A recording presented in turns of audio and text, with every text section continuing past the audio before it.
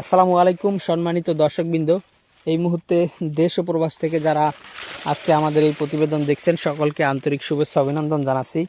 দর্শক শ্রোতা, যেই ঘাসটি বর্তমানে আপনাদেরকে দেখানো হচ্ছে এটি হলো আমেরিকান 5G অর্থাৎ গুয়াতিমালা ঘাস। এটি আপনার খামারের গরু ছাগল অথবা বেড়া মহিষ গারল সব গবাদি পশুর জন্য এটি চাষ করতে পারবেন। এই ঘাসটি মূলত আপনার আপনার অন্যান্য ঘাসের থেকে কিছুটা আলাদা বা এই ঘাসের চাষ প্রক্রিয়া কিছুটা অন্যরকম। দর্শক, এখানে আমি ভিতরে ঢুকে যদি দেখাই যে এই জারটা কত বড়। দর্শক দেখেন, এটা একটি জার।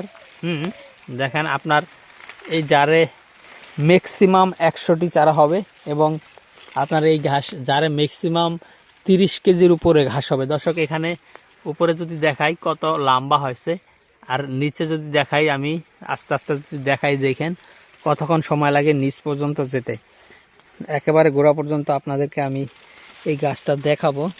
এই দেখেন গোড়া, আর এই জারটা কত বড় দেখেন। দর্শক, এই গুয়াতিমালা ঘাসের সবচেয়ে বড় বৈশিষ্ট্য হলো এই জারগুলো হয় বড়, প্লাস আপনার ঘাসগুলো খুবই মোটা। মূলত এখানে অনেক বেশি ঘাস হওয়ার কারণে দেখেন এখানে যে জারটা হয়েছে এই জারটা কিন্তু যে কোনো একটি গরুর জন্য কিন্তু যথেষ্ট হবে। তো দর্শক, এদিকে আরও ছোট ছোট জার রয়েছে, সেটি আপনাদেরকে আমি দেখাই যে এটা একটা ছোট জার। এখানেও প্রায় 30-35টার মতো চারা হবে এই জারে। আবার এই যে এদিকে আর একটা জার রয়েছে, এই জারও 40-50টার মতো ঘাস হবে। দর্শক শ্রোতা, এই ঘাস গুয়াতিমালা ঘাসগুলো মূলত স্মার্ট নেপিয়ার ঘাসের জারের মতো জার হয়, তবে গুয়াতিমালা ঘাসগুলো অনেক বেশি লম্বা হওয়ার কারণে এই ঘাসটি কিন্তু আপনার অন্য যে কোনো ঘাসের থেকেই ফলনে কিন্তু দ্বিগুণ হয়, কারণ এটা জারও যেমন বড় হয় আর এটা ঘাসও যেমন লম্বা হয়, আর ঘাসে যেমন প্রচুর পরিমাণে পাতা।